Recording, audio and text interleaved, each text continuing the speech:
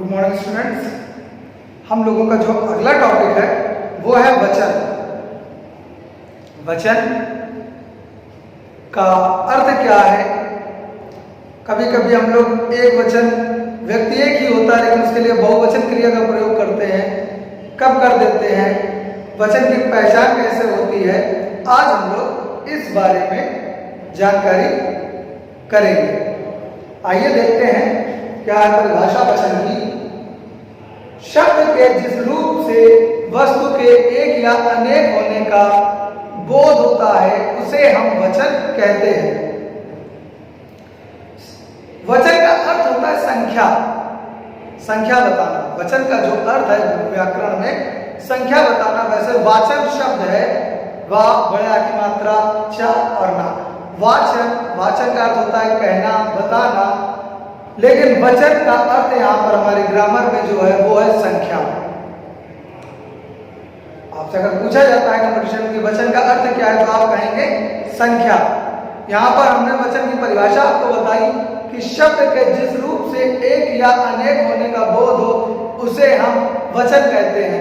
एक या अनेक होगा वो कैसे हम पता करेंगे? उसे काउंट करके, उसे गिन कर, उसे देखते ही हम तुरंत गिन लेंगे और बताएंगे कि ये एक वचन है या बहुवचन। दो ही भेद है हमारे वचन के हिंदी ग्रामर में, एक वचन, बहुवचन। सिंगुलर प्लूरल इंग्लिश में और हिंदी में हमारा एक वचन, बहुवचन। एक वचन क्या होता है? शब्द के जिस रूप से एक प्राणी या वस्तु का बोध हो उसे हम एक वचन कहते हैं। जैसे पुस्तक, कलम इत्यादि, ये सब एक है। बहुवचन शब्द के जिस रूप से हमें अनेक वस्तुओं का पता चलता है या बोध होता है उसे हम बहुवचन कहते हैं। जैसे केले, पुस्तकें, घड़ियां, लड़के इत्यादि। वचन को पहचानने के लिए दो तरीके बताए गए हैं। नंबर 1, संज्ञा या सर्वनाम शब्द के द्वारा। नंबर 2, क्रियाओं के द्वारा। सबसे पहले समझेंगे संज्ञा और सर्वनाम शब्दों के द्वारा कैसे पहचानते हैं। जैसे बच्चा रोता है, संज्ञा है, बच्चे रोते हैं। यहाँ बच्चा तो पता है एक बच्चा, बच्चे अनेकों। कुर्सियां उठाओ,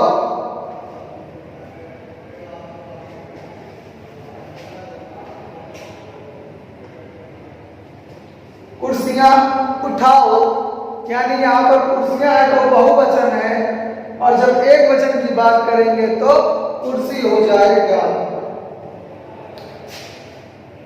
अगर सर्वनाम की बात कर लें, सर्वनाम में कैसे? जैसे मैं हंस रहा हूं,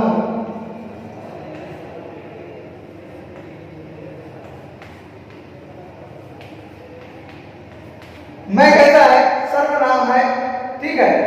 उत्तम पुरुष है, सर्वनाम है या उत्तम पुरुषवाचक। और जब इसी को हम बहुवचन में बनाएंगे, मैं अकेले के लिए बहुवचन में हम हो जाएगा, हम हंस रहे हैं।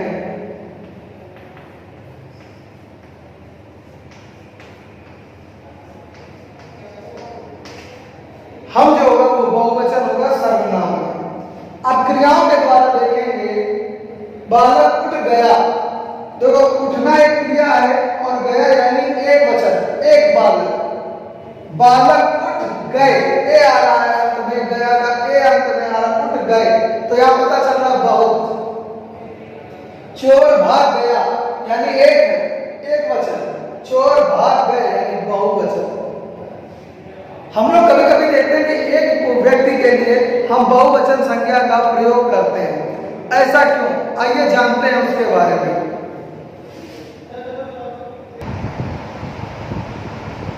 जिन व्यक्तियों का हम सम्मान करते हैं उनके लिए बहुवचन का प्रयोग करते हैं।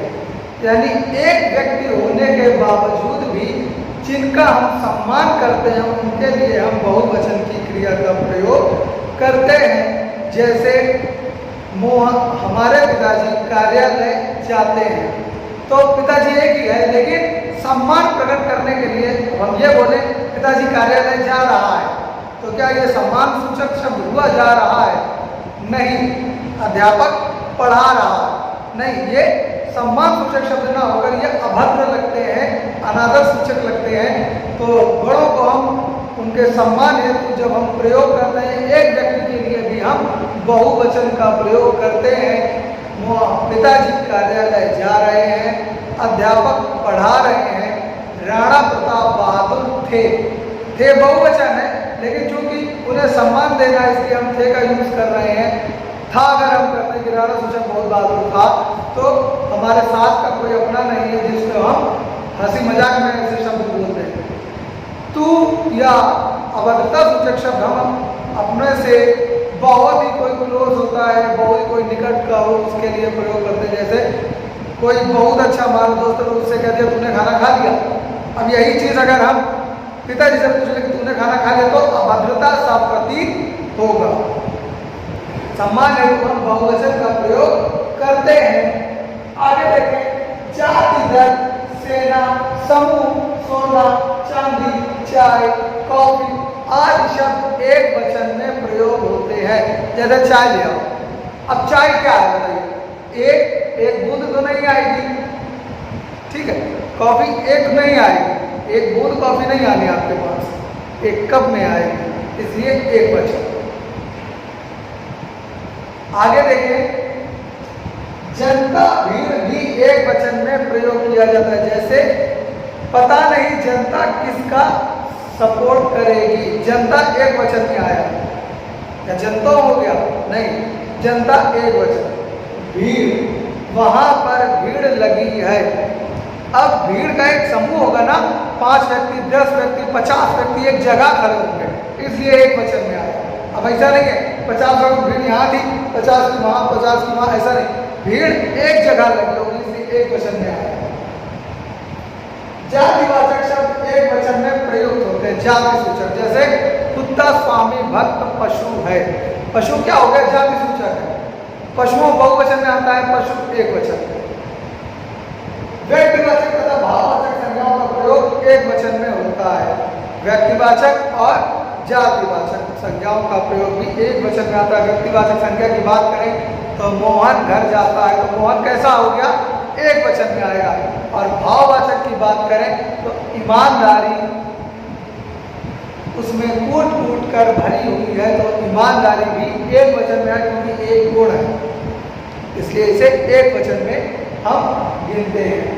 आगे देखेंगे, एक वचन संज्ञा शब्द में लोग, जन, गण, वृंद आदि शब्द लगाकर बहुवचन में प्रयोग करते हैं। जैसे पक्षी एक वचन है और पक्षी वृंद बहुवचन है।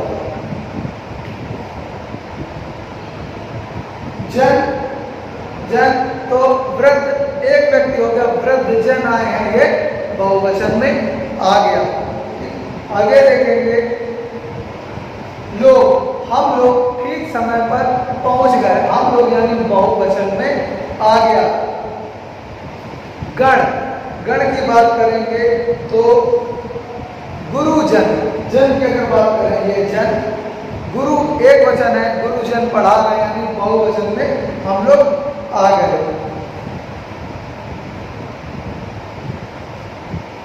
अब बात करते हैं हम लोग आगे, तो देखेंगे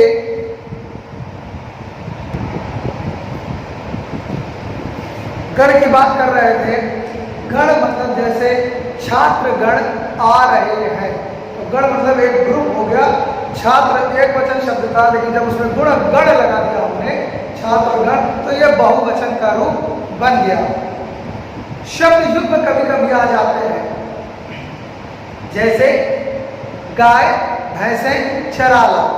अब बात समझिएगा जरा, शब्द युग्म है गाय और भैंस, शब्द युग्म है जोड़ा एक गाय भैंस। अगर हम बोले गाय और भैंसे चराला, गाय और भैंसे, ये अशुद्ध हो जाएगा।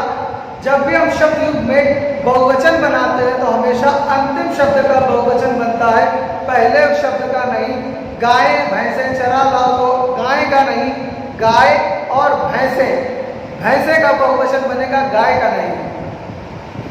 अगला एक उदाहरण और समझ लें इसी तरीके से कि भेड़ भेड़े बकरियां ले आओ। भेड़े बकरियां, भेड़े क्या नहीं, हमने आपको बताया शब्द युग में केवल एक वचन अंतिम शब्द का बनेगा। जैसे शब्द जो है वो सिर्फ अंतिम का बनता है, शब्द युग में ये बहुवचन अंतिम शब्द का बनता है। भेड़े बकरियां, ये गलत हो जाएगा, भेड़ बकरियां ले आओ, ये शुद्ध रूप है।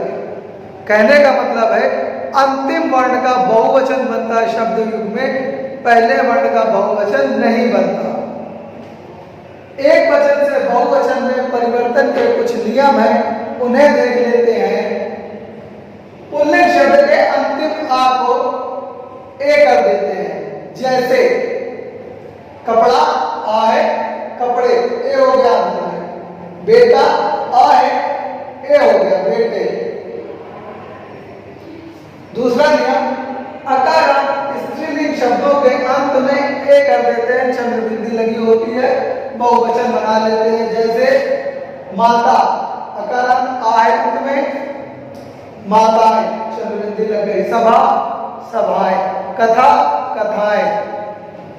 इकार यानी जिनके अंत में छोटी की मात्रा हो, उन्हें स्त्रीलिंग शब्दों के अंत में या जोड़ देते हैं। या चंद्र बिंदी या में चंद्र बिंदी लगती है, बड़ा की मात्रा जोड़कर नया शब्द बना लेते हैं बहुवचन में। जैसे नीति, ई छोटी है, नीतियां। रीति, रीतियां। सिद्धि, सिद्धियां। इकार शब्दों के अंत में ई के बड़ी की मात्रा होती है, बड़ी के स्थान पर इया जोड़ देते हैं। जैसे लकड़ी, लकड़ियां। अंत में बड़ी की मात्रा है, लकड़ी, लकड़ियां। घड़ी, घड़ियां। यहां आ गया उकारांत, उकारांत, उकारांत और औकारांत के शब्दों के अंत में ए जोड़ देते हैं। ए चंद्र बिंदी वाली वो जोड़कर बहुवचन बना लेते हैं। जैसे धेनु, उकारांत है, धेनु है। वस्तु, उकारांत है, वस्तुएं। गौ, गौएं, औकारांत है। बहु, उकारांत है, बहु, बहुएं। जितना ज्यादा से ज्यादा आप इन शब्दों को पढ़ेंगे, लिखेंगे, उतने ही शीघ्रता से आपको लिंग वचन समझ में भी आएंगे, क्योंकि इनका अधिकतर प्रयोग हमें अभ्यास करने से ही होता है। समझें, लिखें, पढ़ें और कोई समस्या हो, कोई डाउट रह जाए तो उसे पूछें। आप